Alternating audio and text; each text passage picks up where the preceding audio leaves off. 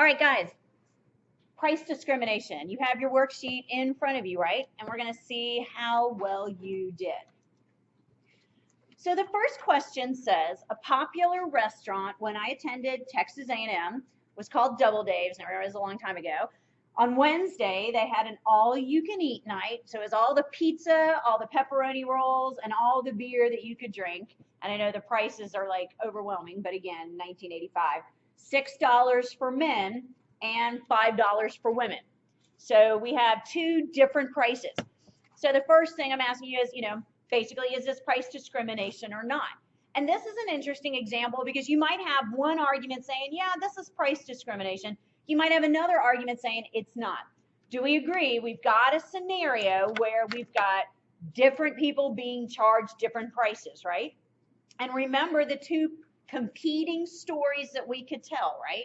One story is what? We're just covering our cost, right? A cost covering story. So when I said cost covering story, we're simply saying, hey, you cost me more, right? That's like the health insurance example. The smoker's going to cost me more.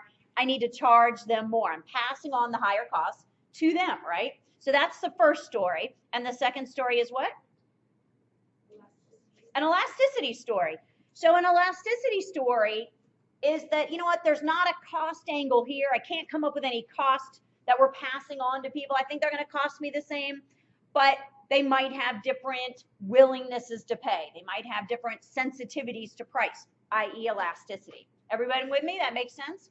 All right, so Bob, an economist, says, look, this is not price discrimination. So I ask you, what's his logic? So if we're arguing it's not price discrimination, then we must be arguing that it's what? A cost story, right? A cost story. So what might be the cost story that economist Bob is suggesting explains this price differential? Men are going to cost more, right? Does that seem like a valid statement? Men eat more, and so they're going to cost more. So you would need to explain here that this is a cost covering story. And the cost covering is simply that men eat more. So if men eat more at an all-you-can-eat buffet and drink more at an all-you-can-eat and drink thing, then you need to charge them more. So you're basically saying they pay $6 because I got to recoup the cost. All right? So does everyone agree? Then that would not be price discrimination. So we want to remember cost covering is not price discrimination.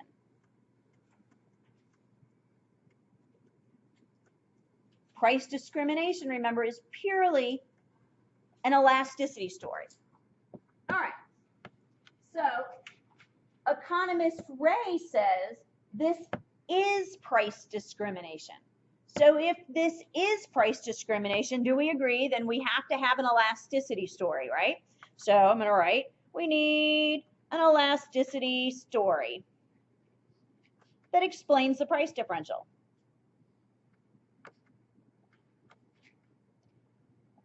All right, so what might be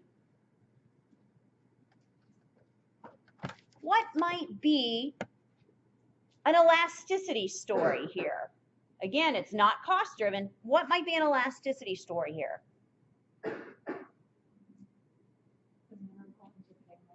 Men are willing to pay more. They're more excited. Maybe men are more into pizza.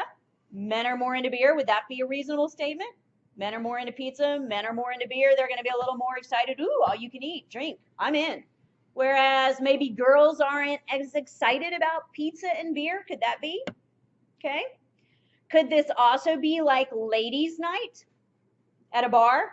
Ladies' night at a bar. Why do they give the ladies cheaper drinks? What do they want to have happen? They want the ladies to show up, right? And if the ladies are going to show up, the boys will show up, right? So this could be an elasticity story where we simply say women are just not that motivated by pizza and beer.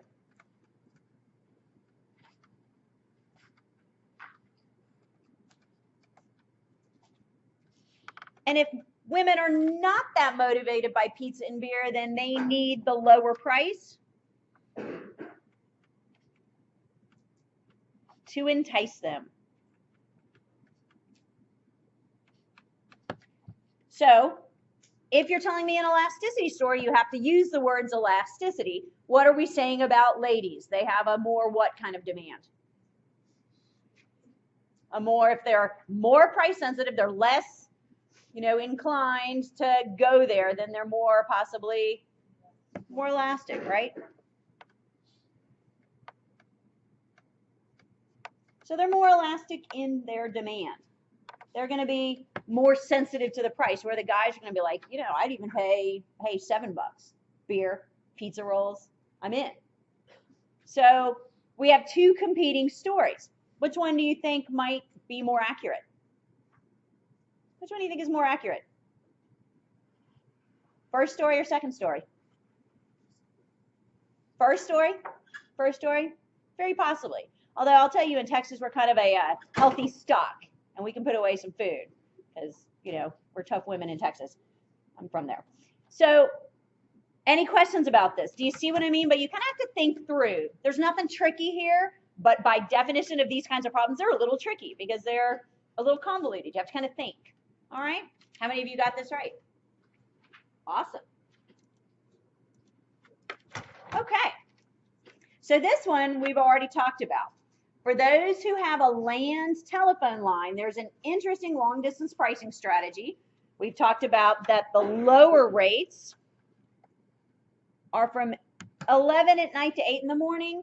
The highest rates from 8 a.m. to 5 p.m. And I asked you to write a paragraph kind of explaining this. And of course, I'd already answered this one for you, but you need to make sure that you can articulate. So what did we say about demand for telephone services between 8 a.m. and 5 p.m.? What do we know about demand for telephone services? We need more. Who needs more? Okay, we see a really large volume of business calling.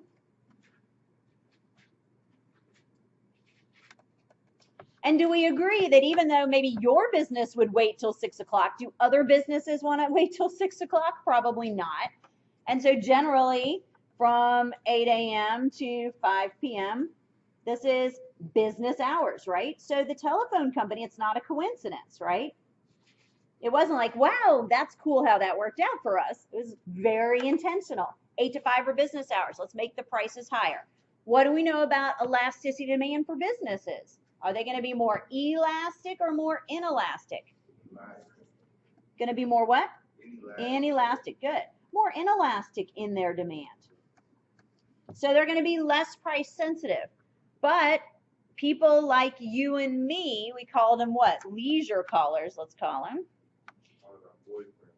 Yeah, late night boyfriend calls, right? I know about that, right? Late night, call to your boyfriend, call to your relative, when you're paying by the minute. Remember, guys, in the olden days, before you guys had cell phones that worked completely differently with these unlimited minutes, we literally paid by the minute. So you got on the phone and you're kind of like doing this, watching your watch, watching your clock, because you need to know, did you call for 15 minutes? Did you call for 30 minutes? And so if you're calling for a long period of time, paying 9 cents versus paying 21 cents matters.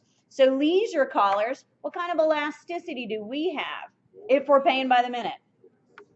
Yeah, we're going to be more price sensitive, more elastic. And remember, we're paying by the minute. So if we're paying by the minute, the price can add up really quickly.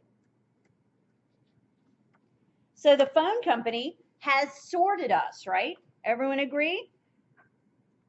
So we've been sorted by our elasticity demand. Everyone agree?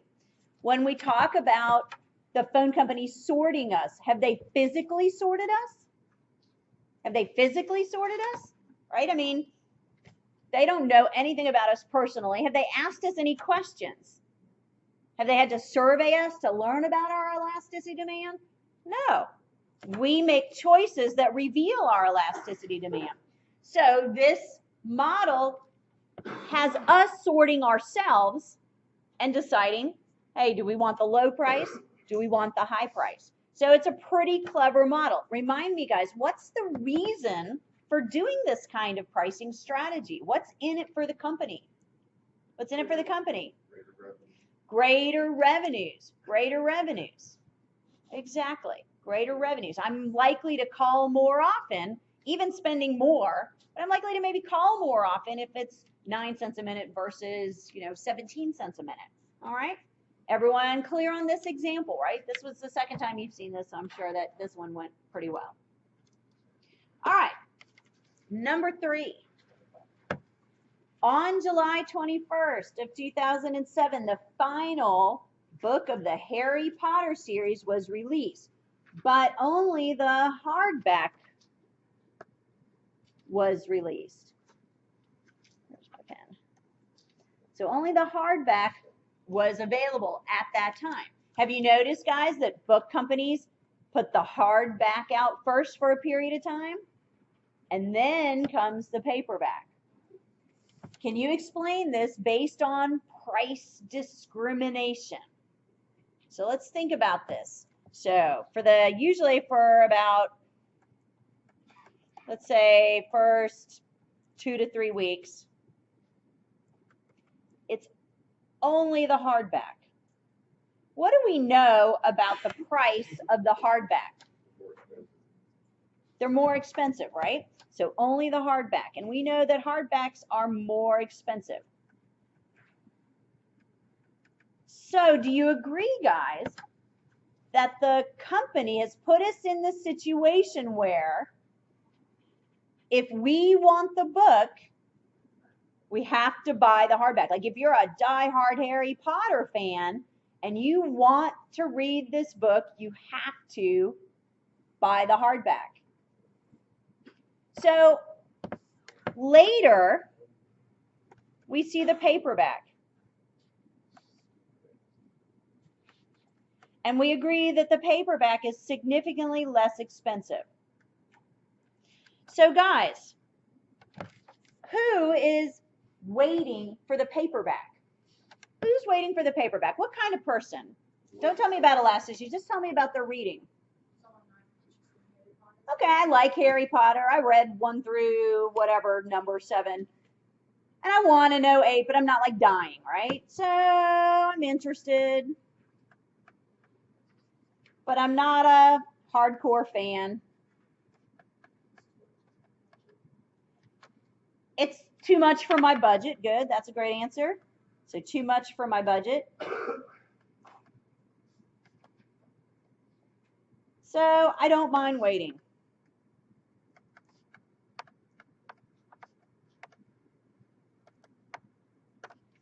Who's buying the hardback right when it comes out? Who was at that Harry Potter book release party? The huge fans, including Melanie Marks and her very young son, Colton Sheehan, and we were there. Because you know what, when your son says, I really want to read that book, and he's like, 8 years old or whatever, you're going to pay $20 for the book. What? Yeah. So, 27, I guess he was 9, I lied. 9. So, huge fan. You're a huge fan. You can't wait. And do we agree, if you're a diehard Harry Potter person and you don't want to wait, then you're willing to pay? So guys, do we have 2 groups that have kind of sorted themselves by elasticity? Yeah. And isn't that kind of cool how the publisher has done this? It's pretty clever. It seems kind of just, duh, okay, hardback and paperback. But they're pretty clever in why they're doing this. So tell me about elasticity. The people buying the hardback book, what kind of elasticity do they have? Yeah, they are more inelastic. They do not want to wait. Your 9-year-old says, I really want to read this book, and he's going to absorb every word of it. And you're like, yeah, let's go. Let's go to the Harry Potter release party and go buy one of those. Who is buying the paperback? What kind of elasticity? Yeah, more elastic. More elastic. So, guys, again, Price discrimination, the strategies might look kind of simple, but they're pretty clever. They've been thought through. The publishing company knows exactly what they're doing. They have figured out, hey, we can get people to buy the hardback who might not otherwise. So guys, do you agree that there are some people that would buy the paperback if they had a choice? But what are they going to do? They don't want to wait, so they buy the hardback, right? So that's clever. There's people, I would, given a choice, my son, 9 years old, which one am I buying? I'm buying the paperback. But when it's not available, I buy the hardback. Clever, right? All right. Everyone agreed that there's going to be more revenue in it for the publisher when they do this, right? They have found a way to make more money. Okay. Any questions about this? How many of you got this right? Awesome. Excellent. All right. Consumers of the Harry Potter books at some point, not right away as we just said, had a choice between the hardback and the paperback version. The hardback was about $19.95 and the paperback was $8.25. So they're different, slightly different things. You're buying a slightly different product. Is this price discrimination?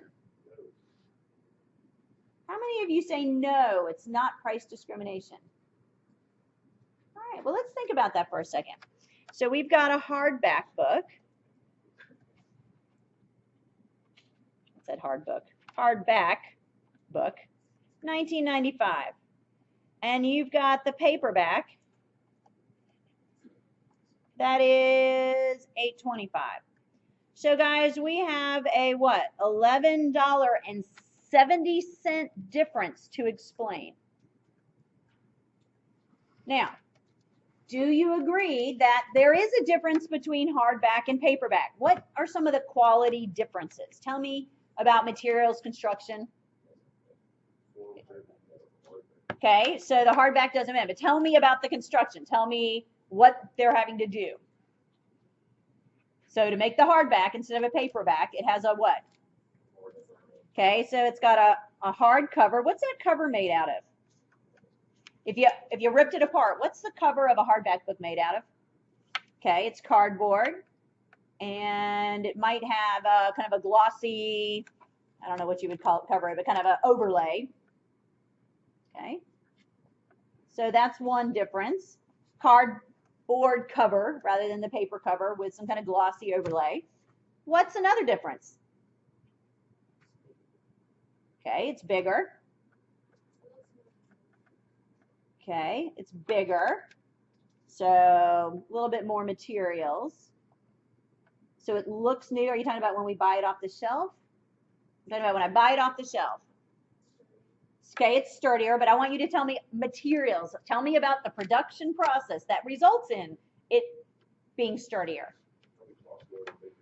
Okay, but that's what I'm getting at. Tell me about the construction. Is the paper the same? No. Okay, so nicer paper. What about the binding? Is the binding the same? It's usually what? Sewn binding versus with paperback, it's what? Glue, right? So it's usually a sewn binding versus glue for a paperback. All right.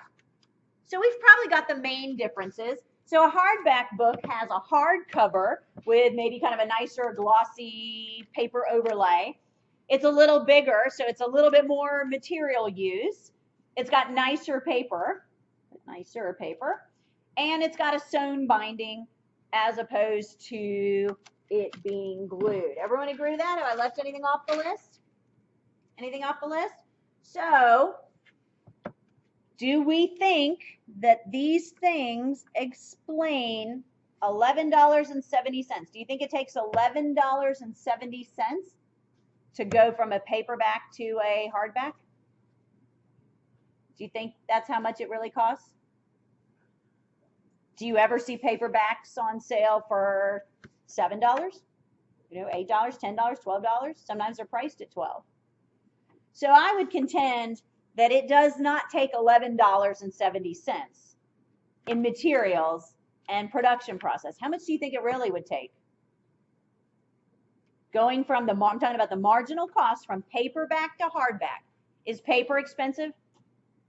No. Do you think sewing the binding, it's done by machine? Do you think that's expensive? No. Do you think that glossy piece of paper that they wrap around it is expensive? No.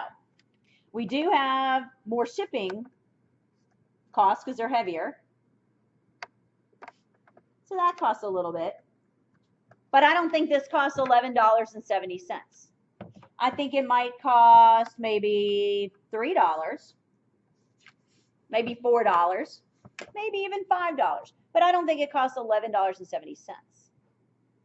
So if it doesn't take $11.70, then how do I explain the rest? So let's take off $3. I'm just making up numbers. And that leaves me what? $8.70 left to explain. Maybe it's $7.50. But there's still some money to explain. So does my cost story explain everything? Does my cost story, there's a little bit of a cost story, will you agree? There's a little bit of a cost story here. Does it explain the full price differential? No. So the rest must have to be explained by what? Elasticity. So let's write some notes. Cost story explains part of the price differential.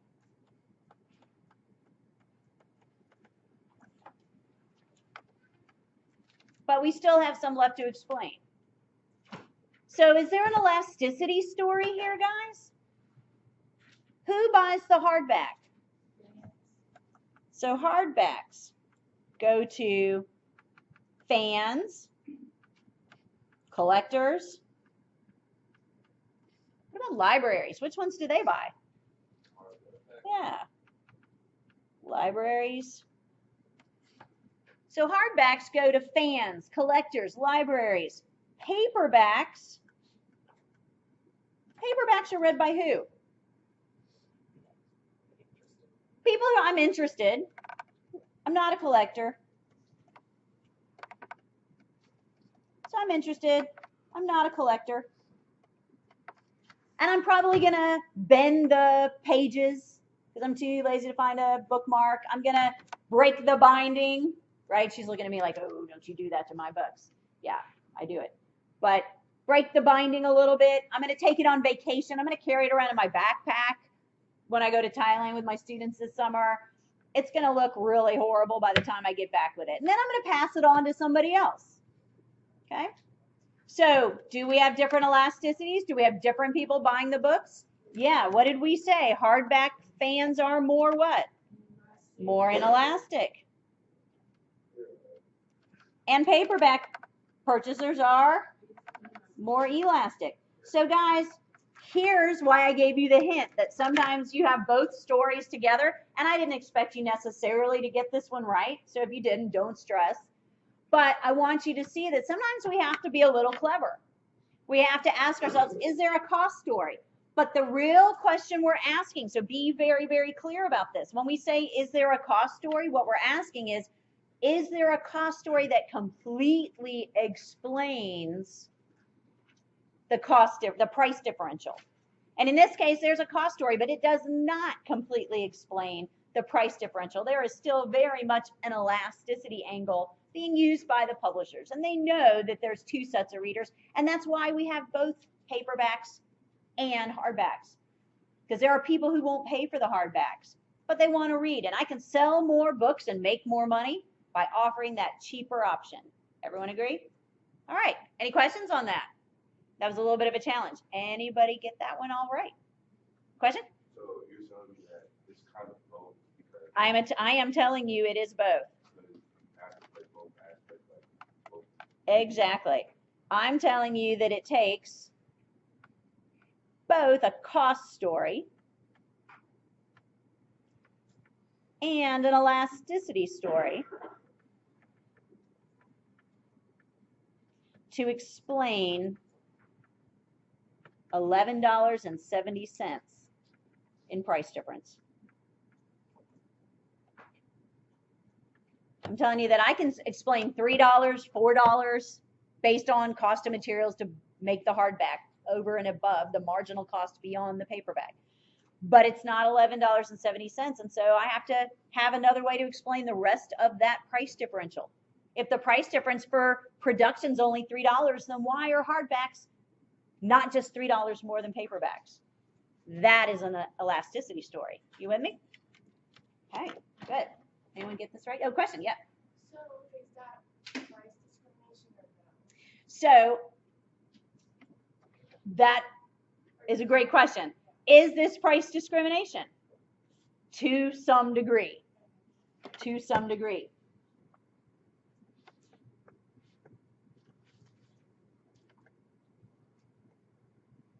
Yeah. So part of it is price discrimination. So if I was asking, do we see any price discrimination? And the better way to ask this question is this price discrimination? Would have been, is there any element of price discrimination? That would have been maybe a better way to phrase it. Then the answer would be yes, there is an element of price discrimination. Anyone get this right? Way to go. It's awesome. So again, that's what I mean. And that's, guys, why we're doing it in class. That's why when I look at your answers, I'm not going to, give you a 0 if you didn't get it right. I didn't expect you to get this right. But I wanted you to have to think about it and then use it as a jumping off place for us to discuss. All right. Number 5. Many big cities offer public transportation networks, and usually there are monthly passes that can be purchased by locals. However, people can also buy a one-day pass, but it's far more expensive than 1/30 of the monthly price. Is this price discrimination? So let's put some numbers here so everyone understands what I'm saying.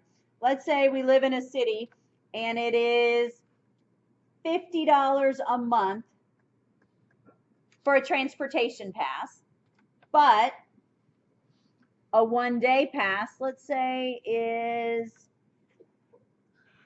$6. Right? So maybe we're talking about a place like Washington, D.C., although I think a day pass is like $10 in Washington, D.C. or something like that. All right. So, guys, is this price discrimination? Is this price discrimination? Well, we need to, you said no. So if you're telling me no, then there has to be a cost covering story. Does it cost on a daily basis any different for one day for somebody who holds a pass versus somebody who buys a one-day pass, right? They're both sitting in a seat. They're both going places. Is the cost really that different? Did you have a kind of something you were thinking along there? All right, so cost coverage story. Basically, like someone can buy, like you can buy that one-day pass, but like the other money would be covered by the $50 pass by the local. So I feel like you're still like making money. But remember when I say, okay, so I understand where you're going with that, but remember a cost covering story. When we ask, is there a cost covering story? We're saying to the transportation company, you ride today and I ride today. You live here and you have a pass and I'm here just for the day or maybe a couple days. I buy 2-day passes. Is the cost to the transportation company any different for you to sit in a seat versus me sitting in a seat? Any different for the, it's like being on a plane, right? I'm sitting next to you. I paid $1,000. You paid $300 because you planned. Is the cost to the company any different? No. Does that make sense to everyone? There's no cost, real cost differential here. So what's going on? So do we agree that it doesn't seem like there's a cost story here? So we don't see a cost story. So remember, our second question, we have to ask ourselves, is there an elasticity story? Anyone have an elasticity story to tell? What might that elasticity story be? I said that the locals make purchasing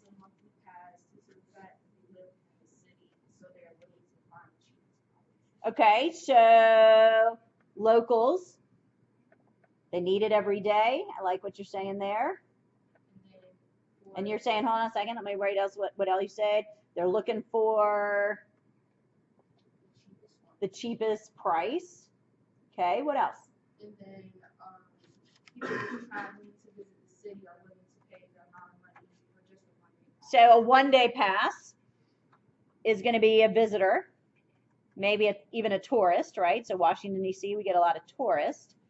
And the 1-day pass, you're saying, doesn't affect them as much.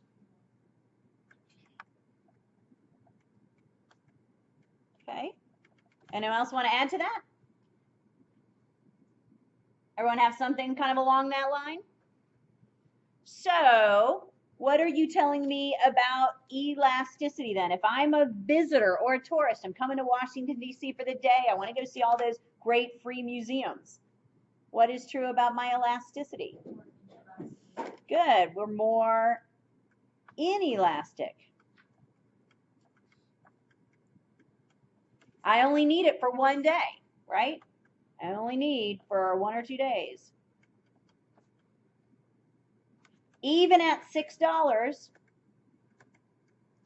the total cost is pretty small, right?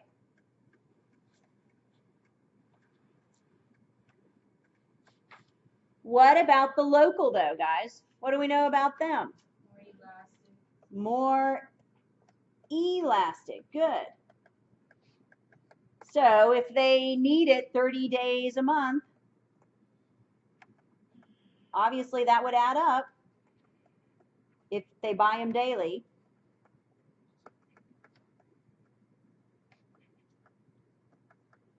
Do they also possibly have some alternatives, the locals? What are the alternatives? Grace, you're nodding your head. What are the alternatives? Walking. Yeah, so walk. What else? Yeah, I might be able to get a bike. I might think about getting a car. I mean, it depends on where I am, and it depends on exactly the cost of the bus and the metro, right? But I've got some alternatives.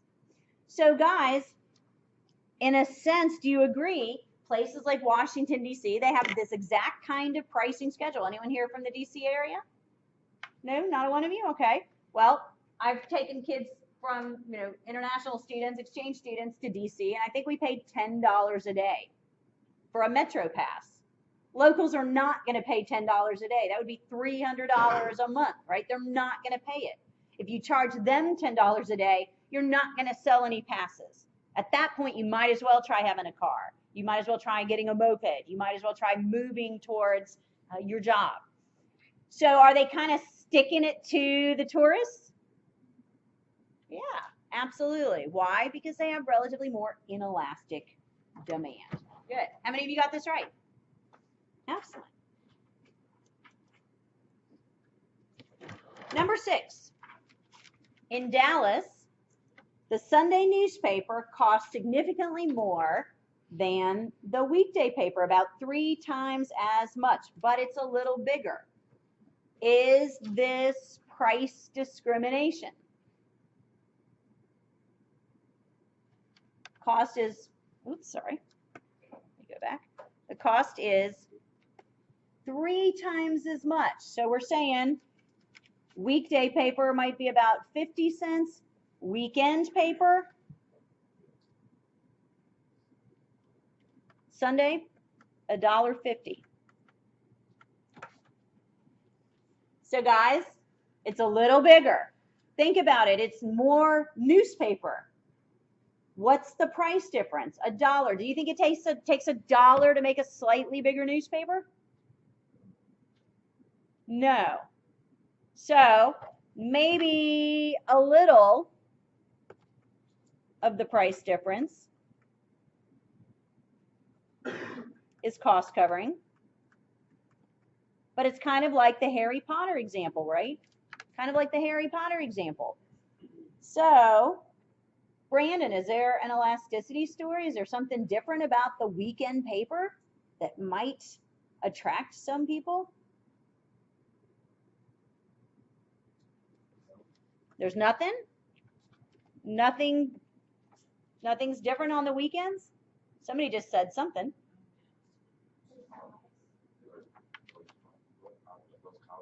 Yeah, you have comics, a lot more comics. What else?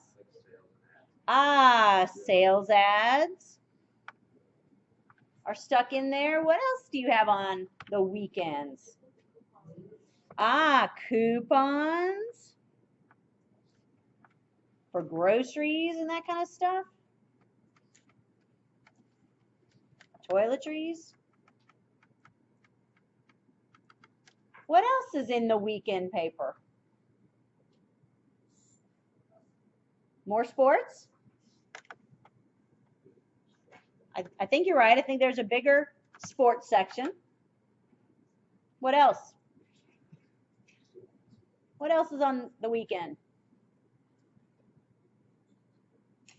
There's more want ads.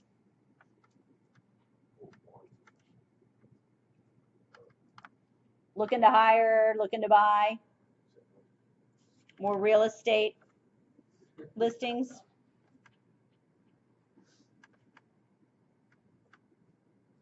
So it's not the same product. You're buying a somewhat differentiated package on the weekends. What's true about you and me on the weekends? Yeah. Consumers have more time to read.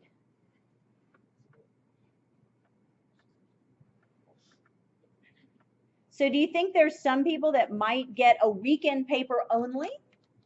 They'll grab it on the weekend, but they don't have time for it on the weekdays? My husband gets a paper, and half the time he doesn't even open it during the weekdays. But on the weekends, when he's in his recliner, yeah, that paper is going to get read.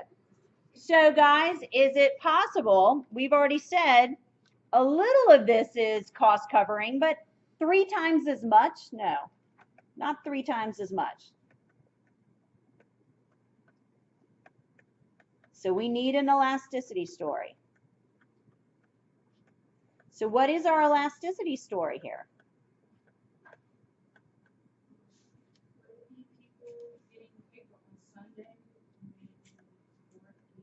Yeah, the Sunday paper, we would say that the demand is,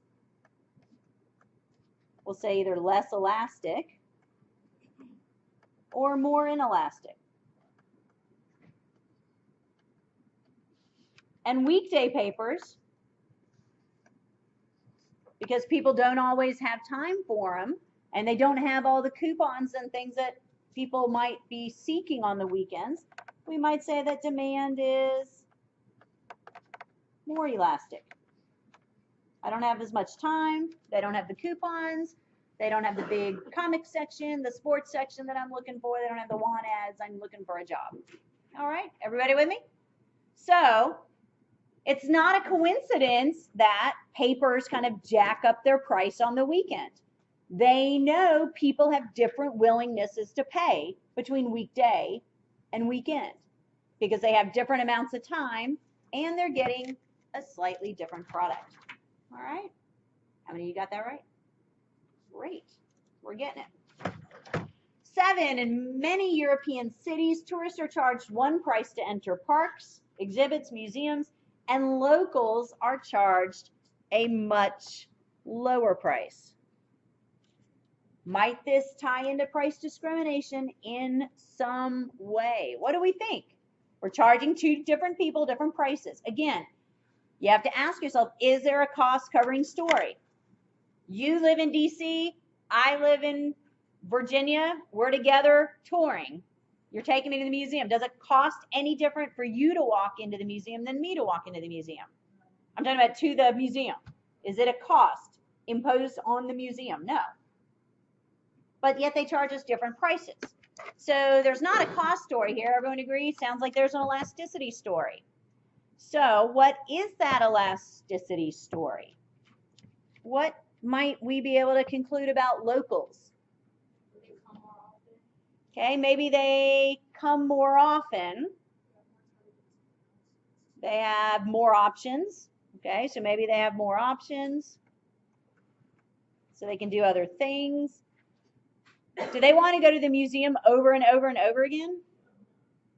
Probably not. So, you know, they've gone twice, and now somebody else wants them to go and take them. They're like, oh, I've already been to this museum like 3 times already. So to coax them to go again, you need to give them what? So the lower price might coax them or entices them to go more than once.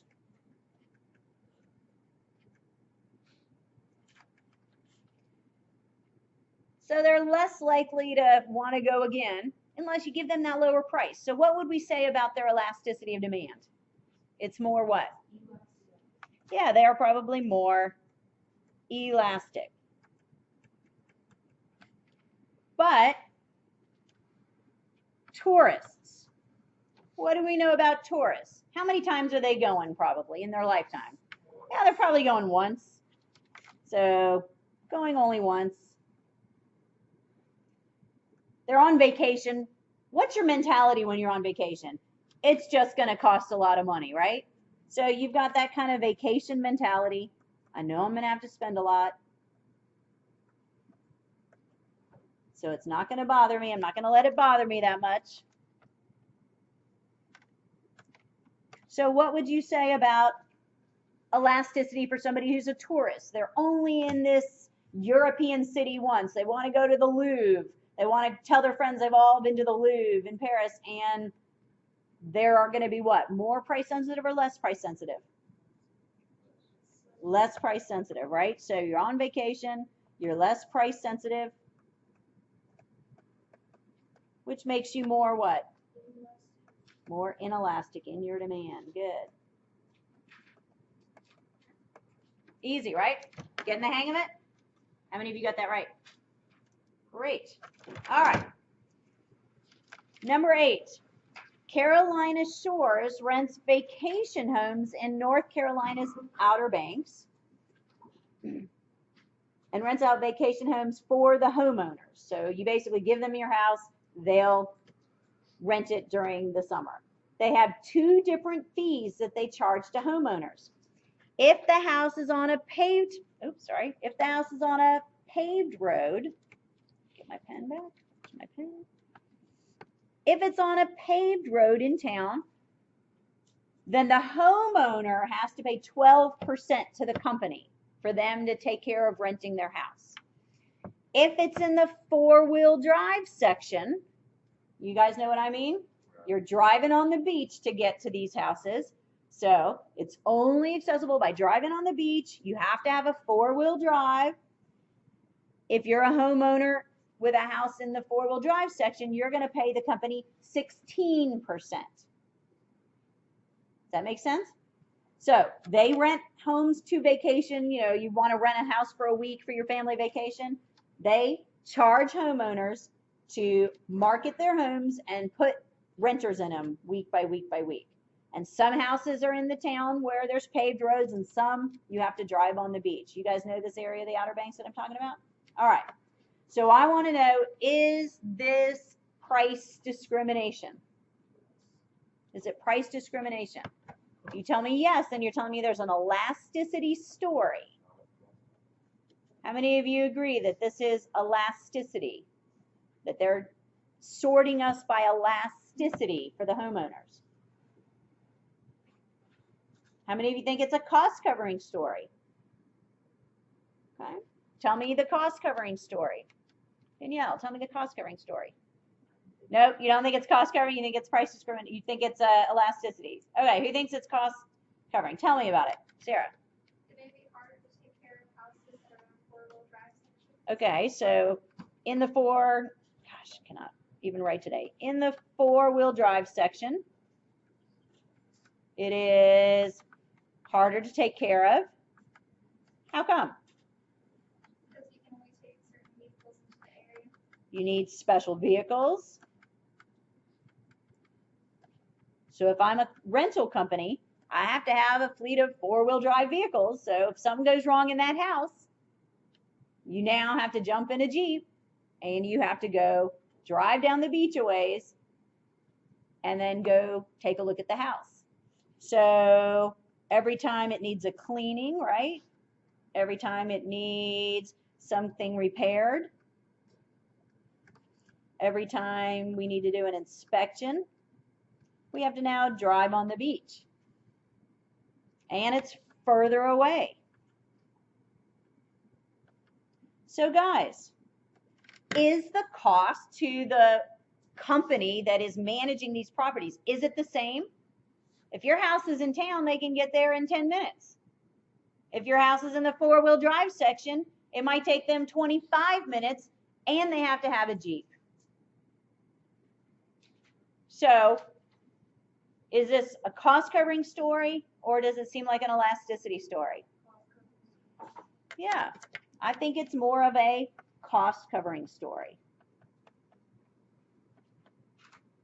I think that they're charging us 4% more because it is just more expensive for them to represent you when your house is on the beach and not on a road. And they need to recoup some of those costs. So how do they recoup some of those costs? By charging you more in your commission. How many of you got that right? Great. All right, number 9, last couple minutes. Sheetz has 2 gas stations in a large town in South Carolina. The station next to the highway charges 5% more than the station that's a half of a mile into town from the highway. Is this price discrimination? Y'all are saying yes. Is this price discrimination? It's probably price discrimination. What do we know about people who are getting gas kind of along the highway? People are traveling. So they want to get gas quickly. They don't want to waste a lot of time. They want to get their gas. They want to get their soda and their pretzel or whatever, and they want to get back on the road. So they don't want to look for the cheapest price. So they don't want to look for the cheapest price. So guys, what is true about their elasticity?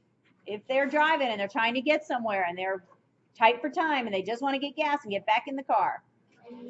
Yeah, they are more inelastic. And that is always true, guys. When you see gas close to the highway, it is going to be more expensive than if you get off and you drive in a mile. You will see slightly different prices. They have sorted us by elasticity. People in town want the cheap gas. They have time. They're willing to drive. They'll seek it out. Travelers on highways, not interested in saving 5 cents a gallon.